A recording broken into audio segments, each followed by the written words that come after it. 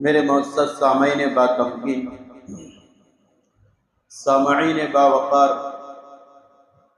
اللہ تعالی نے ہمیں جس مذہب اسلام کا متبع اور مقلد بنایا ہے وہ مذہب اسلام امن و امان اور مساوات کا بہترین مذہب ہے۔ اس مذہب میں جو امن و امان ہے اور آپسی مساوات اور برابری ہے، اس کی نظیر، مثیل، سمپل اور نمونہ اور اس کا ادھارن کسی مذہب میں نہیں۔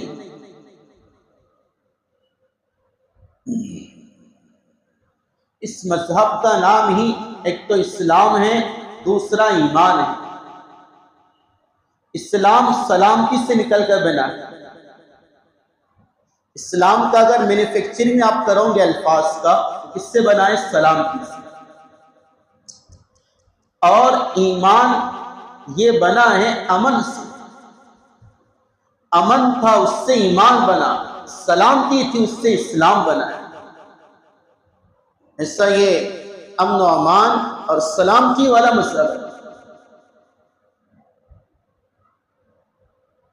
اور کیوں نہ ہو، کیونکہ نبی اکرم صلی اللہ علیہ وسلم کی تعلیمات، ہدایات، وہ ساری اسی امن و امان پر مشتمل ہے، جس کی آج دنیا کو ضرورت ہے، جس کی آج اس سرزمین کو خاص طور سے ضرورت اور حاجت ہے۔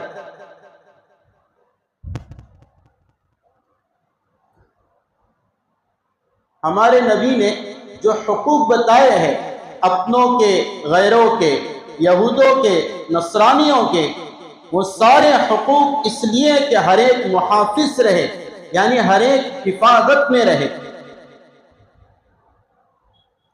حضرت نبی اکرم صلی اللہ علیہ وسلم نے امن کی ایک مثال بیان کی، وہ یہ ہے، اگر کسی اسلامی ملک میں کوئی کافر ویزا لے کر جائے یا یہودی نصرانی پرمیشن لے کر جائے اور اس اسلامی ملک کے باشندے اگر اس آنے والے کافر یا مسلم یا اس کافر یا یہودی کو قتل کر دینا، اس باللہ، مسلمان اگر کسی کافر، یہودی یا نصرانی کو اپنے ملک میں قتل کر دے، حضرت نے فرمایا وہ مسلمان جنت کی خوشبو بھی نہیں سونگھ سکتا ہے، درآ حالے کہ اس جنت کی خوشبو 40 سال دور سے آتی ہے۔ آپ نے اتنا امن قائم کیا ہے، اپنوں میں تو کیا ہے، مسلمانوں کے اندر غیروں کے حقوق کے تحفظ کے لیے بھی آپ نے ہدایت اور تعلیمات ارشاد فرمائی۔ آپ اگر سیرت کا مطالعہ کرتے ہو تو ایک جنگ ملتی ہے، حلف الفضول۔ ہمارے نبی 14 یا 15 سال کے تھے، لیکن آپ کی فطرت میں شروع سے امن تھا، انصاف تھا، عدل تھا۔ 14-15 سال کا بچہ ہوا ایسا، ایک تاجر آیا ملک شام سے مکہ المکرمہ میں، اس نے اپنا مال فروخت کرنا چاہا تو عاص بن وائل جو مکہ کا ایک سردار شمار ہوتا تھا، اس نے اس کا سارا مال لے لیا اور پیسے نہ دینے کا ارادہ کر لیا۔ جا پیسے نہیں دوں گا، جو چاہے تو کر لے۔ اب وہ بیچارہ اجنبی باشندہ تاجر کیا کرے گا؟ مکہ المکرمہ میں سرداری عاص بن وائل کی ہے، ابو جہل کی ہے، عتبہ کی ہے، شیبہ کی ہے، وغیرہ وغیرہ۔ تو اس کو بڑا درد اور کرب ہوا۔ اس نے کہا کہ میں نے اتنی محنت سے مال لایا، اس پر میری تجارت کا معیار ہے، میرے گزر بسر کا وہ ذریعہ سبب ہے، وہ اس نے لوٹ ڈالا اور میرا پیسہ ہڑپ کر گیا۔ تو اس نے کچھ لوگوں سے اپنی فریاد کی، اس میں اس کی ملاقات ہمارے نبی سے بھی ہوئی۔ وہ بڑی عمر کا تاجر شام سے آیا ہوا مکہ میں، ہمارے نبی 14 سال یا 15 سال کے ابھی، اس نے کہا کہ ایسا ایسا ہوا ہے۔ تو حضرت نبی علیہ الصلوۃ والسلام نے جب سنا ایک اجنبی چاہے کافر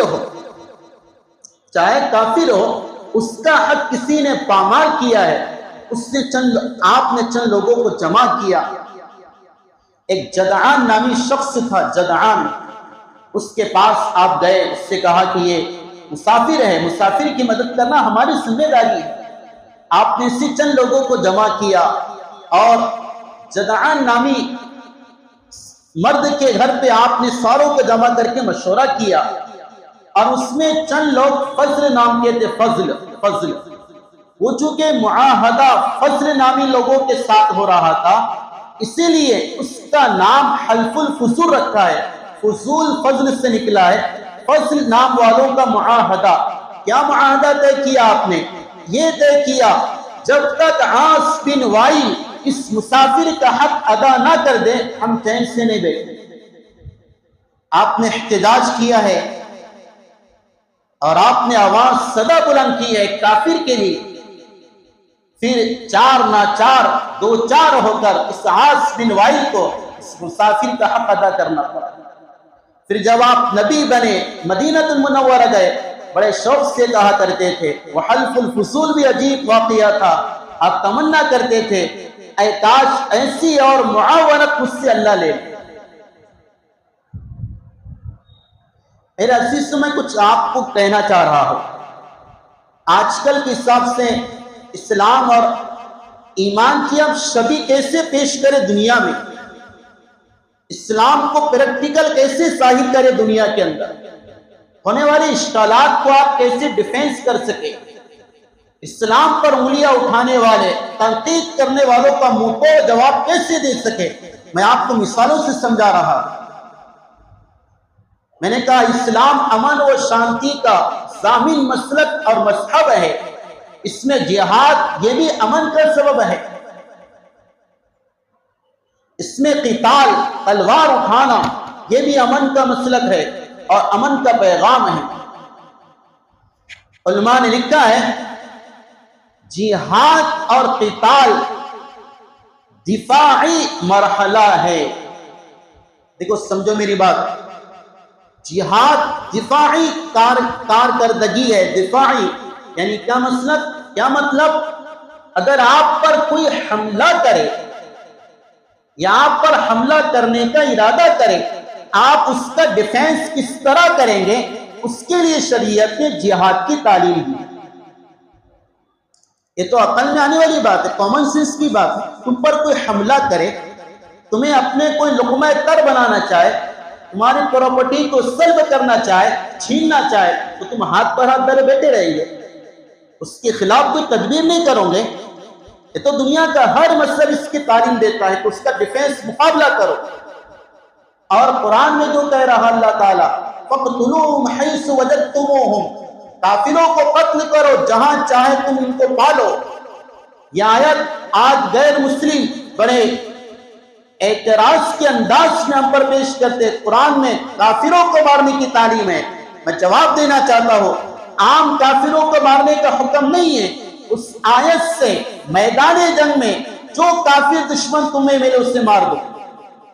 یہ تو ہر مسلک کہتا ہے، میدان جنگ ہو رہا اور ایک طوفان کی لڑائی، گمسان کی لڑائی مچی ہوئی ہے، کہ تم وہاں پیار کرو گے دشمن کا؟ ارے بھائی سمجھ میں آ رہی بات؟ آ رہا ہے سمجھ میں؟ وہ تو کب حکم ہے جبکہ دشمن تم پر مقابلہ کرے، تمہاری جان کو ختم کرنا چاہے تو پھر مارو، جہاں چاہے ان کو تم پالو، یہ حکم ہے۔ اور میں آپ کو یہ بات مثالوں سے اور دلیل اور پروف سے بتاؤں گا، جہاد امن کا سبب ہے، شانتی کا پیغام ہے۔ اس کی دلیل یہ ہے، جو تعلیمات ہے اس قتال اور جہاد کی ایک دم عجیب ہے۔ پہلی تعلیم، اس عمل میں عورتوں کو نہیں مارا جائے گا۔ دوسری تعلیم، بچوں کو نہیں مارا جائے گا۔ یاد رکھو اس کو، بچوں کو ہمارے نزدیک مارنے کی اجازت نہیں۔